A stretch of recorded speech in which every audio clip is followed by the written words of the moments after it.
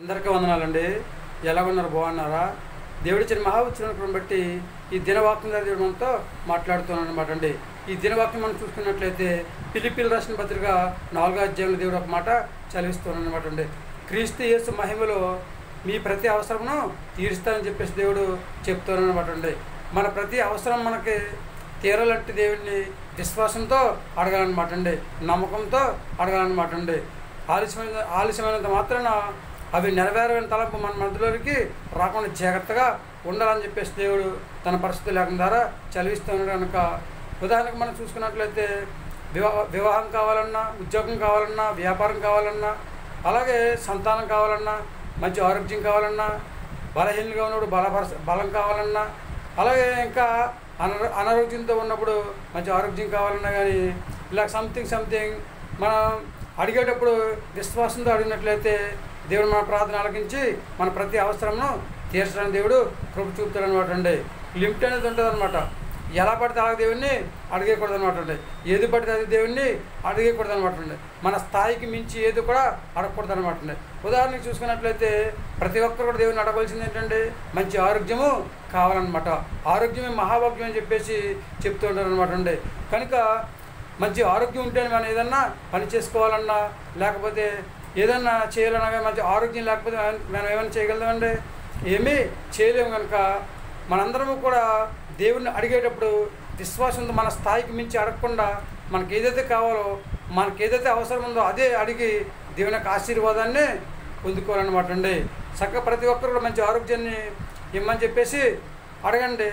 దేవుడికి మంచి ఆరోగ్యాన్ని ఇస్తూ ఉంటాడు. మీ అవసరాన్ని తీర్చడానికి దేవుడు కృప చూపుతాడు అనమాట అండి.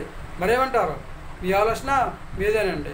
100% కూడా మీ అవసరం తీరాలంటే, లేదా దేవుడు మీ అవసరాన్ని తీర్చాలంటే నమ్మకంతో, విశ్వాసంతో దేవుడిని అడిగినట్లయితే దేవుడు 100% మనకి సహాయం చేస్తూ ఉంటాడు అనమాట అండి. కనుక దేవుడిచ్చిన మహాఉచ్చరణను బట్టి దేవుని విశ్వాసంతో అడుగుదాం, దేవుడి దగ్గర సహాయాన్ని పొందుకుందాం. మన ప్రతి అవసరాన్ని దేవుని దగ్గర పెడదామండి. ఎప్పుడైతే దేవుని అడుగుతూ ఉంటామో అప్పుడు దేవుడు మనకు కావాల్సిన సహాయాన్ని చేస్తూ ఉంటాడు. కనుక పరిశుద్ధ గ్రంథంలో చాలామంది అడిగారండి. వాళ్ళందరికీ కూడా దేవుడు వాళ్ళ అవసరాలు తీర్చినట్టుగా మనము చూస్తూ ఉన్నాం అనమాట అండి. ఏమంటారండి? అడిగారు అన్య దేవుని నామంలో ప్రార్థన చేసి మనకేం కావాలో దేవుని అడిగి చక్కగా దేవుని యొక్క ఆశీర్వాదం సంపాదించుకోవాలని ఆశ ఆలోచన కలిగి ఉన్నారా? అయితే కళ్ళు మూసుకొని ప్రార్థించేదా. మహాపురుషుని పరలోకపు తండ్రి, నీ ఘనమైన పాదం ఎక్కలేని స్తుతిస్తుంది ప్రభా. ఎవరైతే విశ్వాసంతో నేను అడుగుతూ ఉంటారు తండ్రి, వారి యొక్క ప్రతి అవసరాన్ని తీరుస్తానని చాలా వచ్చింది దేవుడు ప్రభావ. నీకు వందనాలు. బిడ్డలందరూ తండిస్తున్నారు. ఏది పడితే అలా అడగకుండా తండిస్తున్నారు. ఎలా పడితే అలా అడగకుండా, ఏది పడితే అది అడగకుండా తండిస్తుంది ప్రభావ. మాకు ఏదైతే కావాలో తండిస్తుంది ప్రభావ. అవి అడిగి తండ్రి ప్రభావ మా అవసరాలు తండ్రి తీర్చుకునే యోగ్యతను దయచేయండి. విశ్వాసంతో ప్రార్థన చేసుకునే యోగ్యతను దయచేయండి తండ్రి. నీకు వందనాలు.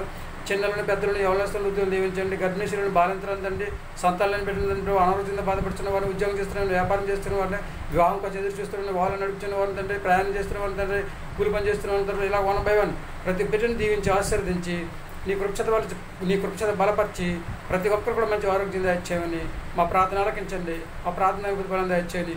మా కొరకు తరగని యేసుక్రీస్తు రాష్ట్రమైన నామములో వేడుకొంచున్నాము తండ్రి. ఆమేన్. అందరికీ వందనాలండి. తిరిగి దేవుని ఆశీర్వాదాలు మీకు తోడుగా గాక. దేవుడు దీవించి ఆశీర్వదించిన గాక. ఆమేన్. దేవుడు మనందరి యొక్క అవసరాలను తీర్చి భూమి మీద హాయిగా జీవించి చక్కగా ఆయన రాజ్యవారసులు జీవించే యోగ్యతను సంపాదించుకుని, అలాగే మంచి ఆరోగ్యం కలిగి హాయిగా జీవించే యోగ్యతను సంపాదించుకునే స్థితి దేవుడు మనందరికీ దయచేయను గాక. ఆమె అందరిని కూడా దేవుడు దీవించి ఆశీర్వదించి, ఎవరైతే విశ్వాసంతో దేవుడిని అడుగుతూ ఉంటారో వారి అవసరాలన్నీ కూడా దేవుడు తీర్చి మరొకసారి భూమి మీద హాయిగా జీవించే యోగ్యత సంపాదించుకునే స్థితి దేవుడు మనందరికీ దయచేయను గాక. ఆమేన్. అందరికీ వందనాలండి.